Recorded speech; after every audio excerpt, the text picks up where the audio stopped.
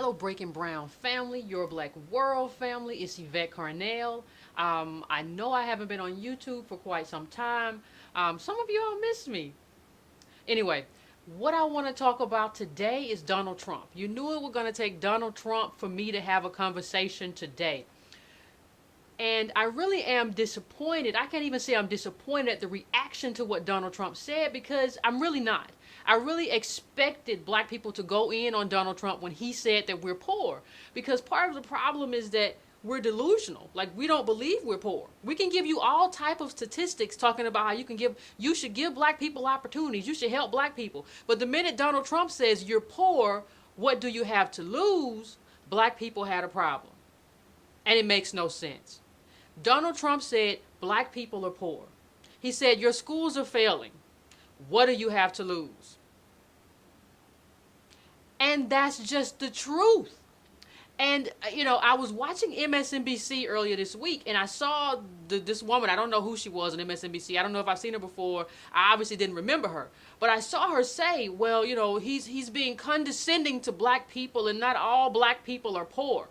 And I'm kind of sick of hearing that. Because most black people are poor or in the working class. Like, that's poverty. This is what happens when you don't have any inheritance. You don't have any inheritance. We don't have good schools. There was a study recently that showed most black people, the majority of the black community go to failing schools. Okay, we don't have any inheritance. We have failing schools. There are no jobs. That means that we're a part of a permanent underclass. I don't care what the girl on MSNBC tells you who wears a nice weave. I don't care what she says. We're in part of a permanent underclass right now. And you don't have to trust what I'm saying to you. The only thing you have to do is look at the data. Don't look at me. Just look at the data. The average, the median white family, not average, we're talking about median net worth is like 118,000. For black people, it's around 6,000. For black women who are single, they have on average a wealth in the amount of $100. Top 5% of black people, what you're talking about right there in terms of worth, in terms of assets, is $350,000. That's nothing. Even if you look at the top 1% of black people in terms of median, in terms of median worth, they're at about a little over 1 million. We're talking the median for the top 1%. For white people, it's around 8 million. Okay, so you don't have to hear anything that I'm saying to know that black people are poor. You see, there was a study that came out a while ago that showed that something like 7 in 10 black people who are born into the middle class will fall below the middle class. 7 in 10. Do you understand what those numbers mean? That means that you will do worse than your black parents. 7 in 10.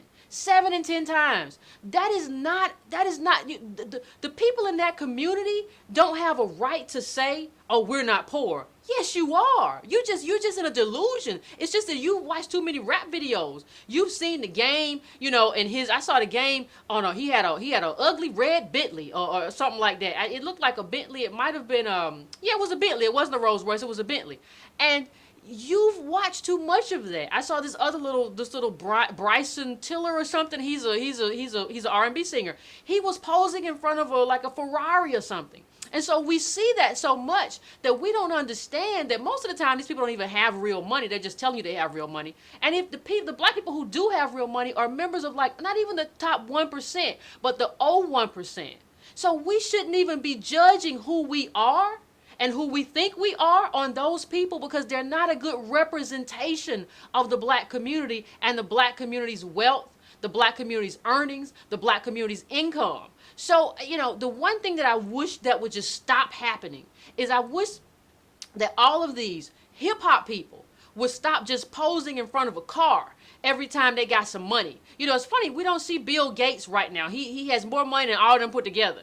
We don't see him every time he gets a new car, pose in front of a car, because it's just stupid. It's just what children do. So what you see with a lot of these black celebrities is that they're children in grown people's bodies. They're still bragging about their cars and the things they have. And the thing is, we know that, the bankruptcy's coming. So I don't even know why anybody cheers that on, because the minute the bankruptcy comes, you say, oh my gosh, I can't believe, why did he take care of his money more? Because you needed him to be wealthy. You needed him to put on this fake and this fraudulent thing, So That's the only reason. If it wasn't for black athletes, if it wasn't for black celebrities, we would know that black people don't have money. If it wasn't for credit, if you had to pay cash to go get a house like you have to do in third world countries, you would know that you're poor. The reason you don't know that you're poor is because you can go and get a loan. And part of the other reason we don't know that we're poor, there are a lot of white people who aren't telling the whole story. Even white people who are poor have a worth of $10,000. Even white people who are poor. So you look at that guy in the trailer park and you say, "Oh, he's messed up just like me." No, even in poverty, he's doing better than you. You have a negative worth in poverty. He still has something, according to that study that showed 220. It takes 228 years for a black person, for a black family to have the same wealth of a white family today. That's what that study showed. So I don't need Donald Trump to say that black people are poor and don't have anything to lose. I already know that we're poor. I already know like where we are. We can look at what was it, Milwaukee. Remember, look at Wisconsin. They were talking about, we just saw the riots there, right? And when you look at what happened, you saw there was another study that showed that most of these black communities, these pockets of blackness, were these were actually prisons and jails and Section 8. We have a community in collapse. And why I despise the people that go on MSNBC like Joy Reid and the people that she has on her show is because day in and day out, they lie to black people. They say, "No, Donald Trump is wrong. You're doing better than that. Look at me. I'm on TV. Look at me. This woman I'm interviewing, she has a company." And they say, "We're doing better than that." And the truth is they're lying. And they lie to us every day. And that's why I'm so sick. I try not to personalize it, but I'm sick of Joy Reid. I'm sick of the people that she invites on her show. I'm sick of her speaking on behalf of black people. I'm sick of Charles Blow speaking on behalf of black people. I don't represent black people, and neither do these people. The data represents you, though. So what I want you to do is just get involved in the data. Everything I've said on here can be proven. Everything I've said on here, there's a data that supports it. Don't just listen to people who are lying to you. And don't just believe because you went to brunch on Sunday that you're a part of the middle class. Because what happens if you lose your job? What supports so many of these people that we see when we talk about wealth is that there are structures and institutions that support these people. There are structures and institutions that support, these white people who are doing well. There's no structure or institution that supports us. Bill Clinton gutted welfare. Bill Clinton was the one who decided to put us in jail in mass numbers, especially black men. There's nothing that supports us anymore. So for Joy Reid to go on and talk about we're not poor and that's condescending, she's a liar. And she should be called out for being, a liar. I think there was a study. There was also a study that showed that like the majority of Americans are too poor to shop. Think about that. Too poor to shop. 20%. 20%, not a majority, correct myself. 20% of Americans are too poor to shop.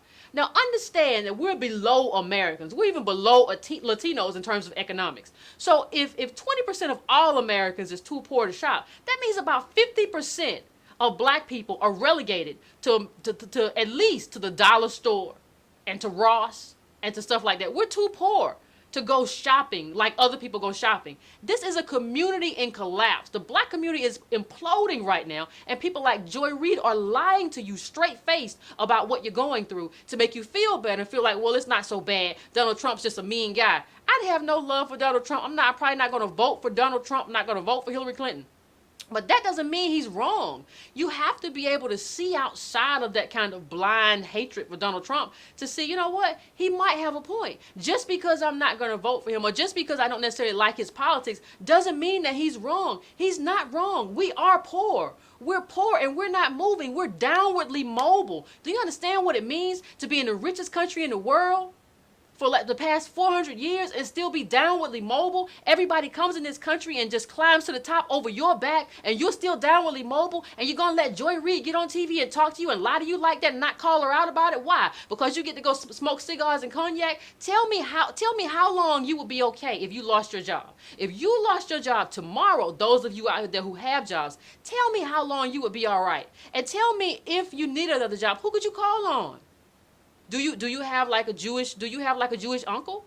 Do you have Do you have a white aunt who maybe works at HR or works somewhere where they're hiring can put a good word in? We don't have that. We don't have those kinds of people. We don't have those kinds of structures that make sure that we're okay. We're at the bottom and we're staying at the bottom. People don't understand. Like, it's not about somebody just hating you because you're black. Jim Crow didn't happen because black people were black and had nappy hair and they just didn't like us and they thought we were monkeys. No, it happened to shut us down and to shut us out of economic opportunity, and we've still been shut out. And I don't care what Joy Reid tells you with her lying self, she's wrong. She doesn't understand the numbers, or she doesn't care, because she's got hers. So, I mean, this is the person who took over after, after Melissa Harris Perry, after Melissa Harris Perry, she didn't look back. So I question a lot of her decisions. I question I question her integrity on a lot of fronts. But don't listen to her. Don't listen to these people who are just kind of, just kind of lying to us. I mean, you at a certain point, you have to take responsibility for who you listen to. The data is there. And you know what? In this YouTube video, I'm going to put links up to some of this data to let you know where it is and what I'm talking about. I'm not just going to get on here and talk like Joy Reid and all the other people that I have on MSNBC and not give you the data. The data is there. So this is what I'm saying. What I'm saying is that, you can't listen to these people. What I'm saying is that we are poor. What I'm saying is that Donald Trump is not wrong in terms of where we are. He is not wrong in terms of what we have to lose. Whether you vote for Jill Stein, whether you vote for Donald Trump, whoever you vote for, understand that the Democratic Party, hasn't really been doing anything for us. And he's right about that. That doesn't mean that he's the solution. I'm not saying that he is. But I'm saying that I don't see how you throw your hat in with Hillary Clinton. This is the person who used Haiti as her personal ATM. Bill Clinton was the person who not only decided not to go into Rwanda. This is the guy who decided that we're going to make sure that the UN doesn't go into Rwanda either. He said we're not going to do genocide anymore. But how many bodies, how many hundreds of thousands of black people died because, Bill Clinton just didn't want to do it. So I don't know how you put your vote in with the Clintons. There's nothing that you can say to me that says, yeah, I might vote for Hillary Clinton. It's never going to happen. So I think what we have to understand is that we are poor. Donald Trump is right. Bernie Sanders was right when he said it. And it's only our kind of delusion and our kind of self-esteem, which isn't based on anything, that kind of deludes us into thinking that we aren't poor. We are poor, and we have to do something about it. But we can't do anything about it until we accept the fact that we are poor. In the richest country in the world, we're the poorest, and we've been here the longest. It doesn't make sense. And so when you think about it that way, you have to decide, what are we going to do about it? Let's accept it. We are poor. Now what are we going to do? We are even those of us who have degrees, we have debt that a lot of us will never pay off. What are we going to do? We're poor. And until you pay off your debt, you're poor. If you have 30, 40, 100, and $200,000 of debt, you're poor. You don't have any money. You got $200,000 of debt on your back. So I think we have to, like I said, data matters. And we have to start following the data. We got to stop following these people on MSNBC who kind of feed us this garbage. No, data matters. And let's follow the data and let's have this conversation. And then once you accept the data that we are poor, then we can talk about what we can do about it. Okay?